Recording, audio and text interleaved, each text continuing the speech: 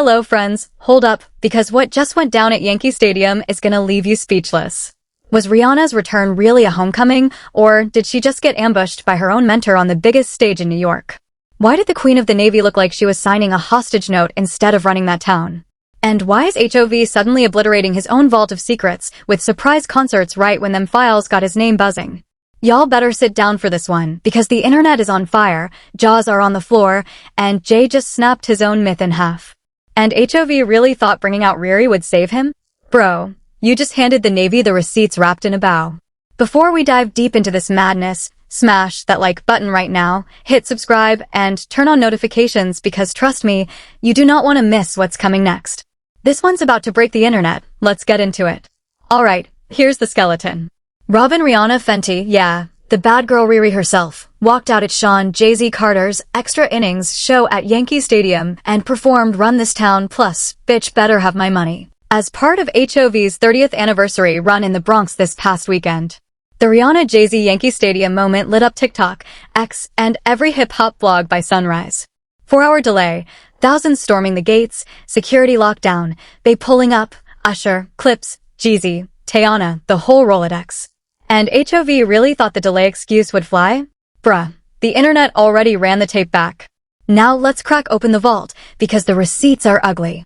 In her own mid-set moment on stage, Rihanna reportedly told the crowd she was feeling rusty and dropped a line about how much she missed this shit, a throwaway comment that fans instantly clipped and turned into a war cry for her nine.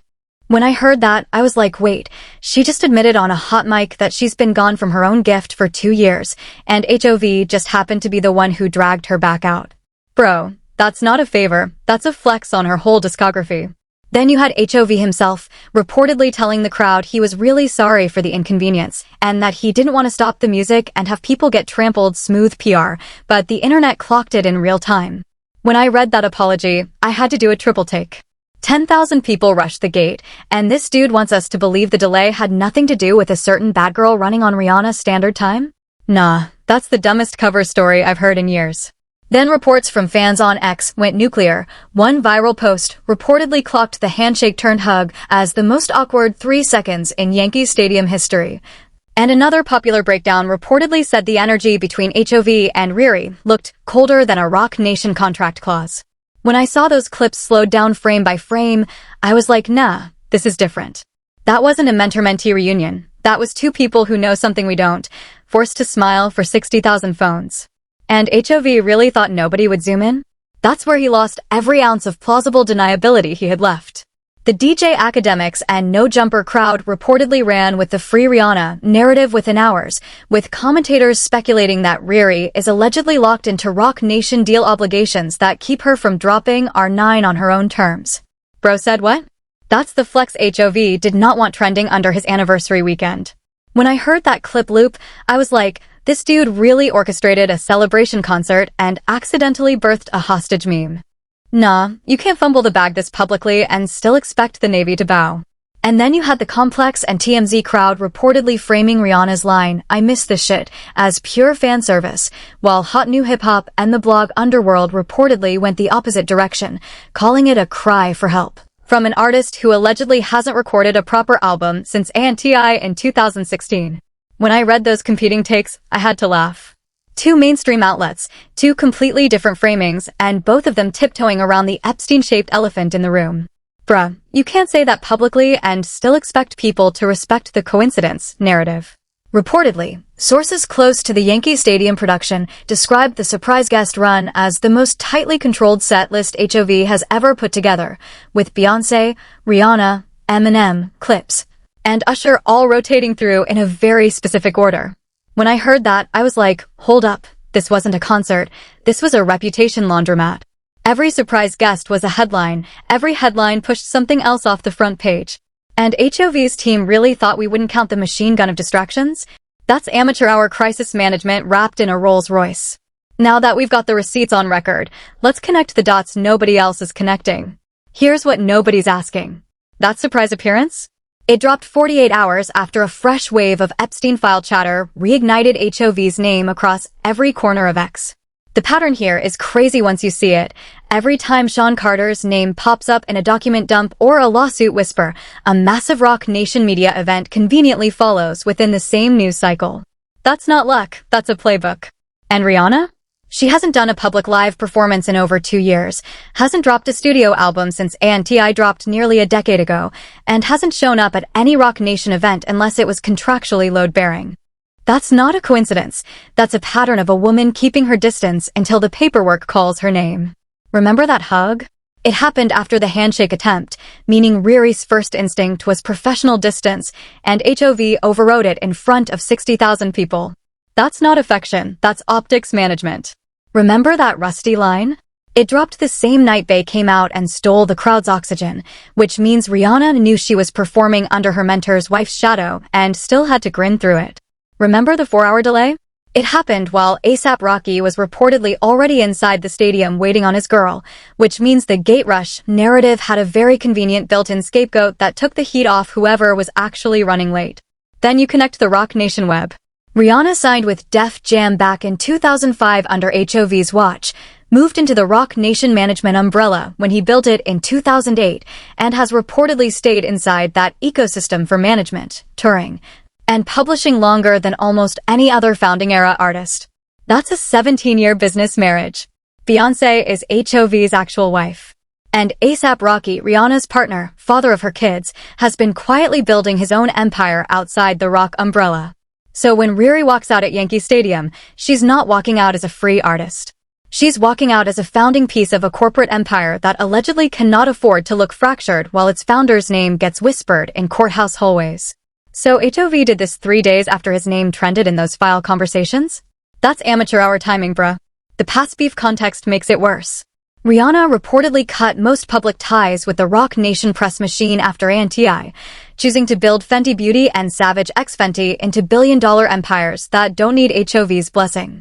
She reportedly turned down the Super Bowl halftime slot for years before finally taking it in 2023 on her terms. She reportedly declined multiple album deadlines. That's not an artist on ice. That's an artist allegedly building leverage to renegotiate. And HOV really thought pulling her out for one song would reset the narrative? We're smarter than that. But here's where it gets even more insane. The details nobody else caught. Now check this specific detail. Nobody's talking about the order of the songs. Run This Town first, then Bitch Better Have My Money. That sequencing is forensic gold. Run This Town is the HOV Kanye Rihanna 2009 anthem, where she's positioned as the chorus, the voice, not the boss.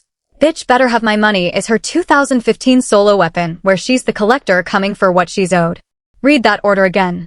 He put her on stage to sing his song first, then let her sing her song about getting paid what she's owed.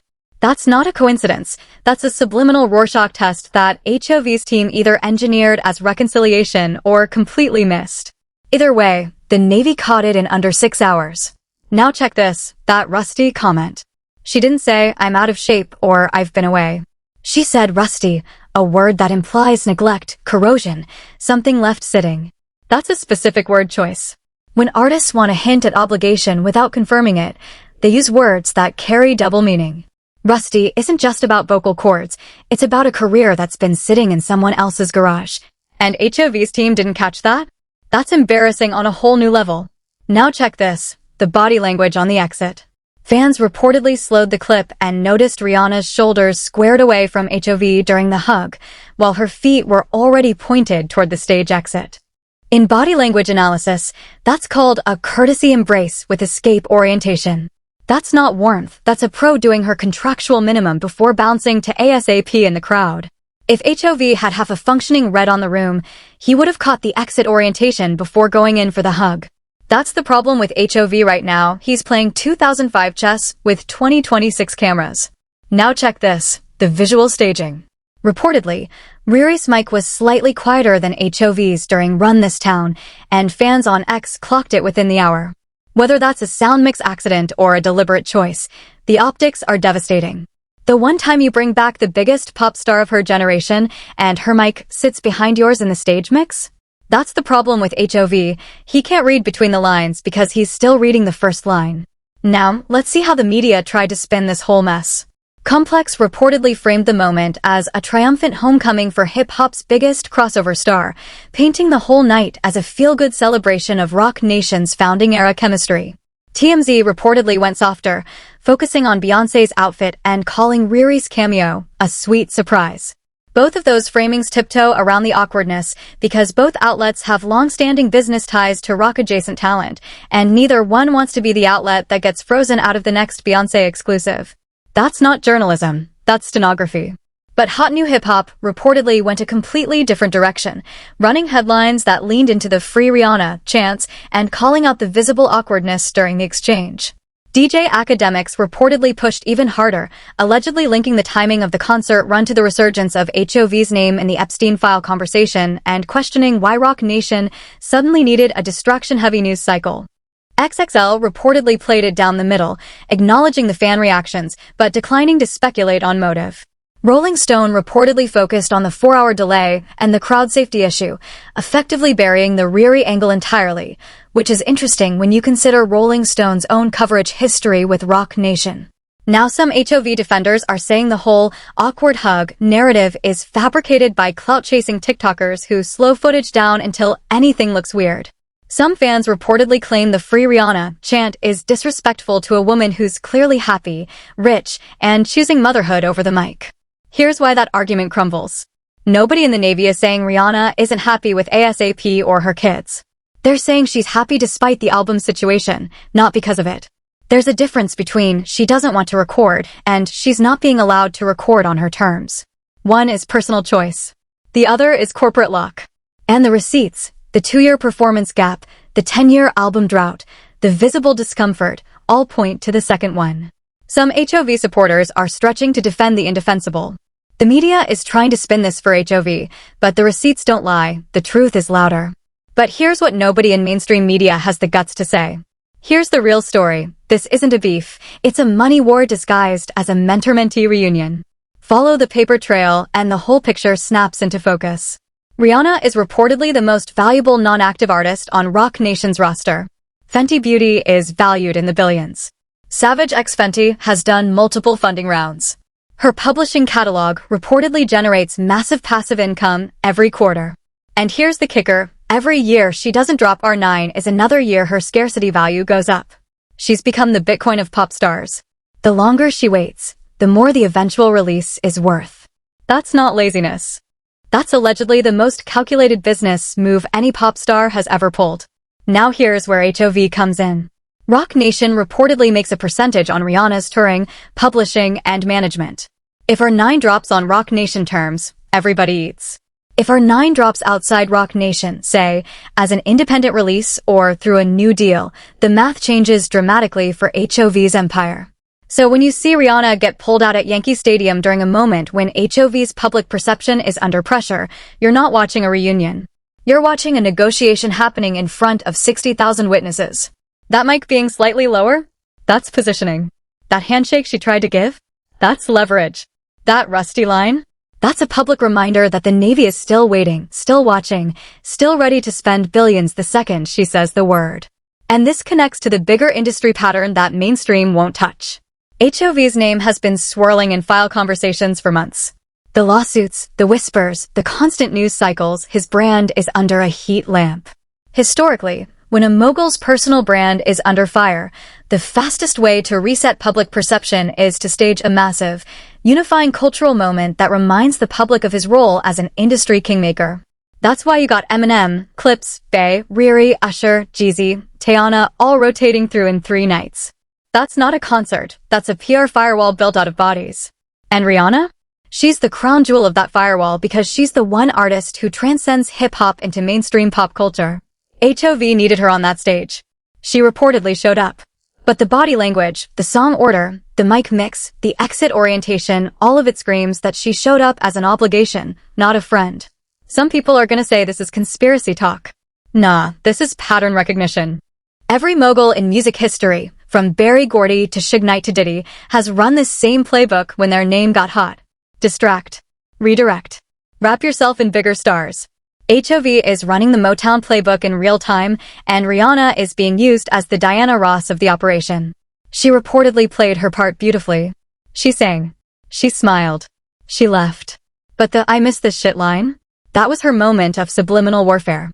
She reminded 60,000 people and the millions who'd watched the clips that she is still the biggest pop star alive, and that whoever is holding up R9 is running a clock that will eventually run out. HOV really thought this was a mic drop moment. Bruh, Riri just dropped a notice. The internet caught it. TikTok caught it. X caught it. The Navy caught it. The only people pretending they didn't catch it are the mainstream outlets that need Rock Nation access more than they need the truth. And that's the truth they'll never put on the front page. HOV represents the OLD guard that the culture has already moved past. Rihanna represents the future, an artist who owns her masters, her makeup line, her lingerie line, her body, her time, and reportedly her leverage. This is HOV's last desperate grasp at controlling a narrative that stopped being his years ago. And every time he tries to force it, the Navy just gets louder. So the real question is, what happens next? Buckle up, because it's about to get wild. Here's what's most likely to unfold. Rihanna will do exactly what she's done for a decade, go silent, drop a cryptic Instagram post that sends the Navy into hysterics, and let the Yankee Stadium Clipse do the marketing work for free. She's gonna sit back, watch the Free Rihanna hashtag trend for another 2 weeks, and use that momentum to quietly renegotiate whatever's left of her Rock Nation obligations. When HOV's team tries to book her for another appearance to keep the reunion narrative going, she's gonna politely decline, and the silence is gonna damage HOV's optics way more than any leaked document ever could. When Rihanna doesn't respond publicly, HOV is gonna look desperate, screaming into the anniversary void. Watch what happens. The next Rock Nation event will noticeably lack a certain bad girl, and the internet will notice. Now, if the alternative scenario plays out, if Rihanna actually does announce R9 in the next 90 days, HOV is getting cooked beyond recognition. Because the second that album drops, every single lyric will be dissected for hidden messages about her time inside the rock ecosystem. The Navy will comb every bar, every ad-lib, every feature choice looking for shots. And if there's even one line that hints at contractual frustration, industry politics, or gender dynamics inside the machine, the internet will run with it for months. HOV is not ready for what's coming if Riri decides to weaponize R9 the way Bey weaponized Lemonade. We saw what she did to Chris Brown's public image without ever saying his name directly on BBHMM. HOV doesn't stand a prayer if she decides to aim the same energy at the industry.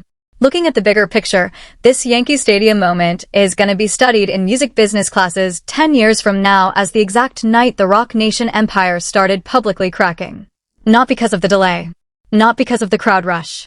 But because for the first time, the biggest pop star of the rock era stood next to the founder and gave off body language that the entire internet interpreted as distant.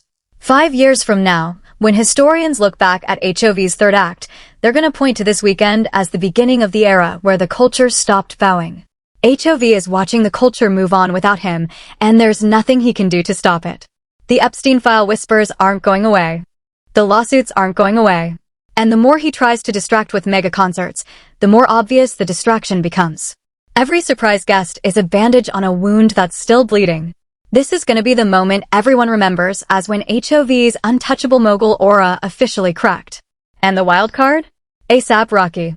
Reportedly building his own label, his own creative empire, and quietly positioning himself as the family CEO. If Riri's next chapter runs through A$AP's ecosystem instead of Rock Nation, that's a generational power shift in real time. Rocky's gonna use this Yankee Stadium moment as motivation to accelerate whatever he's building, and the second Riri's next release drops with his fingerprints on it instead of HOV's, the industry will feel the earthquake. HOV's Rolodex won't save him from a couple that owns their entire narrative outside his umbrella. Whatever unfolds from here, one thing is crystal clear. HOV already lost this war. He just doesn't know it yet. Now here's where I need you. Drop a comment below and answer these 3 questions for me, because I read every single one. Number 1, was that hug between Riri and HOV genuine warmth, or the most awkward corporate embrace in stadium history? Number 2, is Rihanna allegedly being held back by contract obligations, or is she legitimately just choosing motherhood over music? And number 3, do you think R9 drops in 2026, or are we officially kissing that album goodbye forever? Type Free Rihanna in the comments if you think she's locked in, type Let Her Live if you think she's just enjoying her life, and type R9 or Riot if you're still holding out hope. I'm reading every single one and pinning the wildest takes. Alright friends, that's the full breakdown, the truth nobody else had the guts to tell you. If this exposed something you didn't know, do me one favor. Smash that like button so this video reaches every real hip-hop fan out there. Hit subscribe right now and ring that notification bell, because the next story we're dropping is even crazier, and you do not want to miss it. Drop a comment below telling me whose side you're on. I read every single one. And if you want more truth bombs like this, click on one of these videos on your screen right now. Trust me, you're gonna want to see what we uncovered next. Peace.